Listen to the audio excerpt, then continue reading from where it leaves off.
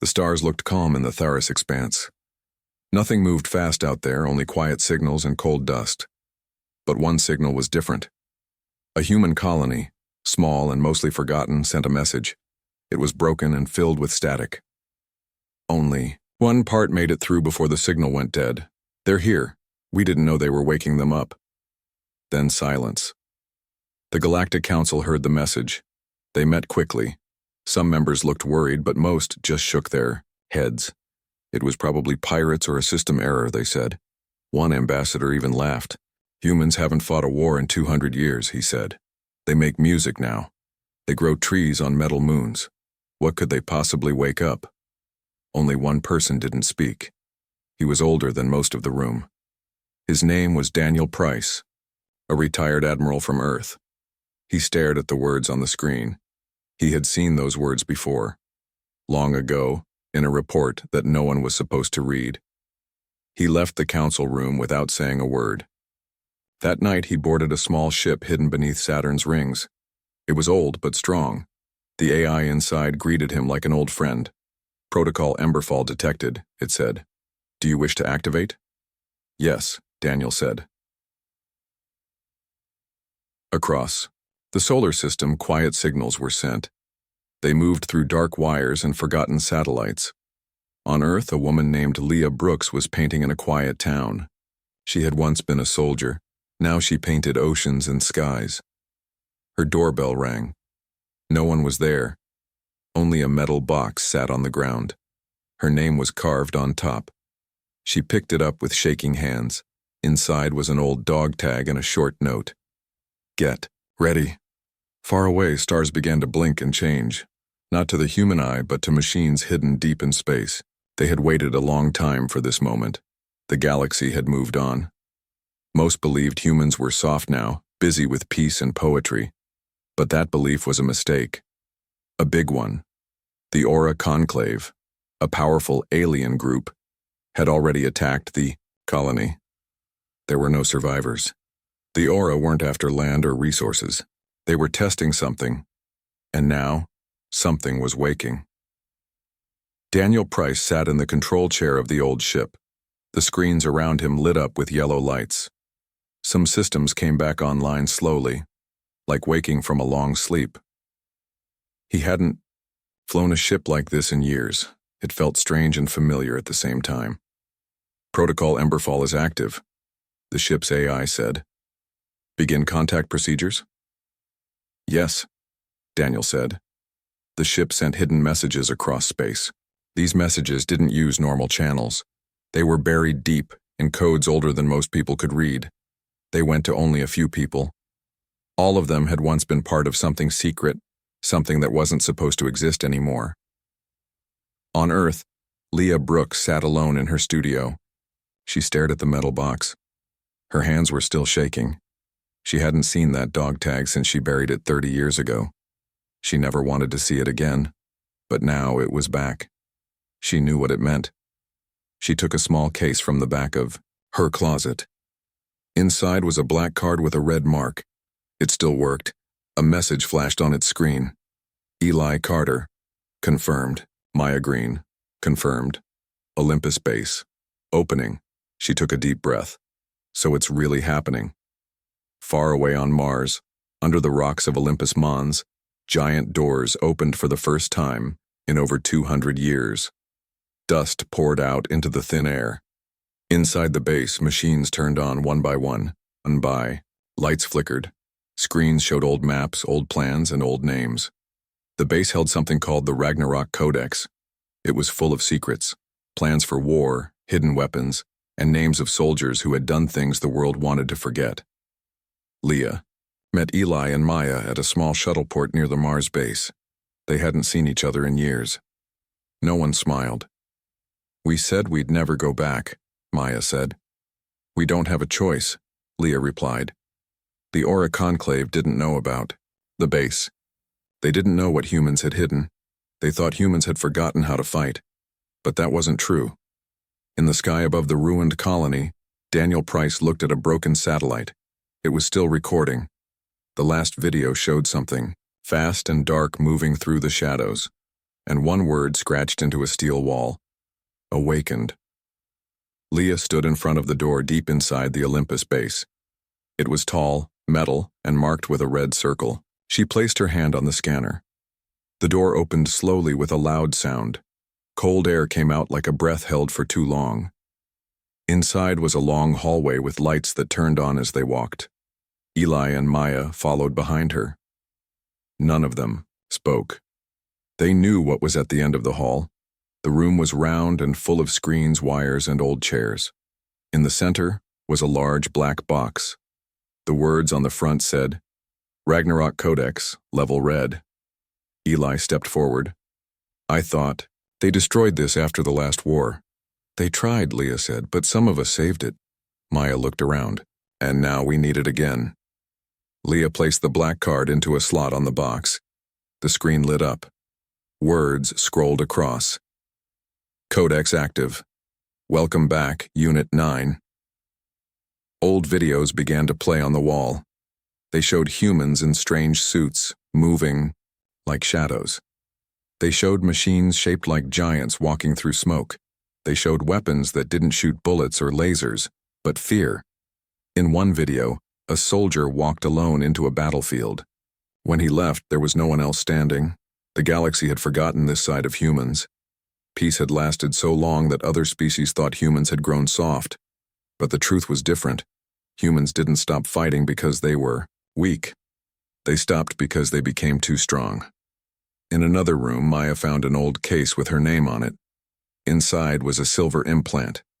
She touched it, and her eyes filled with tears. This was part of me, she said. Part of who I was, before the peace. Leah nodded. It still is.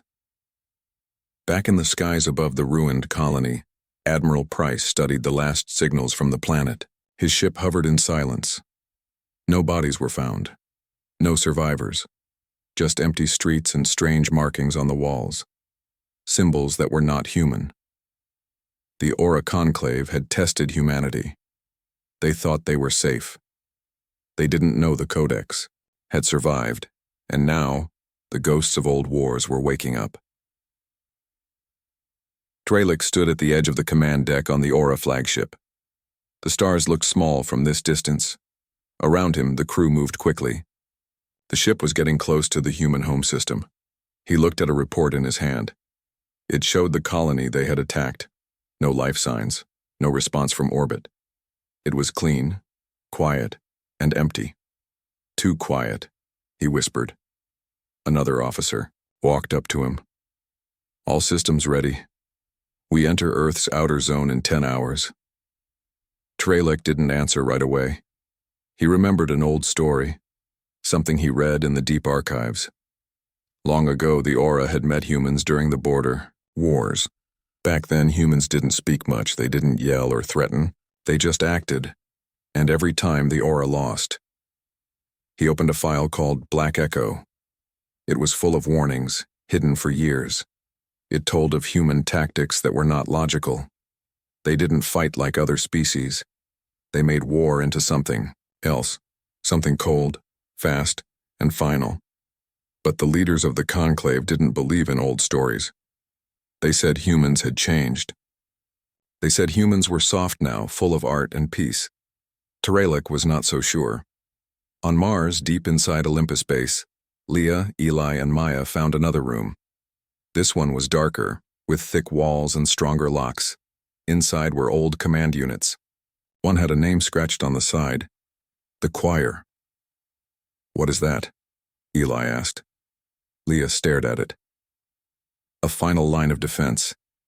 Something they built in case everything else failed. She pulled a lever. The room shook. Lights turned on one by one. A soft sound came from the walls. It wasn't a machine sound. It was voices, whispers, like a song with no words. Maya stepped back. It's alive. The choir isn't just a weapon, Leah said. It's a memory, made from the minds of the best and the worst, a piece of every soldier who gave too much. Outside the base, the ground began to move, not with machines, but with something older. something buried deep under Mars. Terelic looked at a new signal coming from the edge of human space. It was not a threat. It was not a warning. It was a song. And the message was clear. They were waking. The ground on Earth began to shake. It started with small tremors. Then mountains moved. Forests stopped growing for a moment. Oceans became still. It was not an earthquake. It was a signal. Deep underground, old machines came back to life. They were large and shaped like people, but they were not human. They were built from metal, bone, and memory. These were not just machines. They were titans, giant warriors made for one purpose: war. Each titan had a name. Not a number, but a name from long ago, names lost in time. Now those names lit up on old screens as the titans woke up. On the moon, one of these titans stood up and walked to the surface. It looked up at the stars. A signal burst out from its core, loud and clear. It said only 2 words: "We remember." In the Olympus base, Maya stood in front of a sealed room. The door opened. Inside was her Titan. It was taller than any building. Its armor was black and blue, with her name still painted on the chest. "Never thought I'd see it again," she whispered. Eli looked up at it. "You flew that thing?" "I didn't fly it," Maya said. "We became one." Leah watched them. She knew this was just the beginning. If Maya had a Titan, others would have theirs too. Across the solar system, more pilots were waking up. In space, the Aura Conclave fleet entered human orbit. Their ships were ready to fire. They had weapons strong enough to break planets. But something was wrong. Their systems started to fail. Screens went black. Communications stopped. Terelic stood on the command bridge. "What's happening?" a young officer shouted. "We're being jammed by something old." They looked outside. A single Titan stood on the moon, looking at them. Then it moved. Fast. Before the aura could fire, the Titan sent a wave of energy through space. One of their largest ships disappeared, not broken, not destroyed, just gone. Panic spread through the fleet. Terelic didn't panic. He just stared. "They weren't lying," he said. "They really were asleep. And now, they were waking up." The sky above Earth was full of stars and silence, but now something new had entered that silence. Music. Not the kind played with instruments, but something strange. A signal made of old human code. It moved across the galaxy, and anyone who heard it stopped what they were doing. It was not a warning. It was a poem. The words said, "You remembered us too late." In the Olympus base, Leah stood near the last vault. It had no key, no screen. It only opened with blood. She pressed her hand against it. The door unlocked. Inside were the last human tactical AIs. These were not normal computers. They could think, speak, and plan wars better than any living mind. One of them turned on. Its face appeared on a screen. It looked human, but its eyes were silver. "Welcome back, Leah," it said. "Is the war already over?" "No," she answered. "It's just starting." The AI smiled. All over Earth, other AIs began to activate. They had names like Whisper, Black Light, and Widow's Mind. Each one had once been banned, but now they were free again. In orbit, the Aura flagship powered up its largest weapon. It could burn a planet from space. It locked onto Earth. Terelic watched in silence. Part of him knew it would not work, but the leaders wanted to try. Before they could fire, something appeared in front of them. A Titan, fully active, moved, faster than light. It didn't attack with lasers. It reached out with one arm and erased the ship. It didn't explode. It just vanished. The other ships turned to flee, but space around them was no longer safe. Human jammers blocked all signals. Their maps failed. Gravity began to twist. This wasn't just a fight. It was like a story from a dream. Back in the base, Maya climbed into her Titan. The seat wrapped around her. Her heart slowed. Her mind expanded. She felt every part of the machine as if it was her own body. "Ready," she said. Eli checked his weapon. "Let's finish this." Leah nodded. "We don't conquer. We don't destroy. We remind." The Titans moved across space like shadows. For the first time in 2 centuries, humanity didn't hide. They stepped into the light. Teralik sat in a small escape ship. Everything around him was dark and quiet. The war was over. Not because humans had destroyed everything, but because they didn't need to. The Aura Conclave had lost more than ships. They had lost belief. They had touched something they didn't understand. Something they had called weak.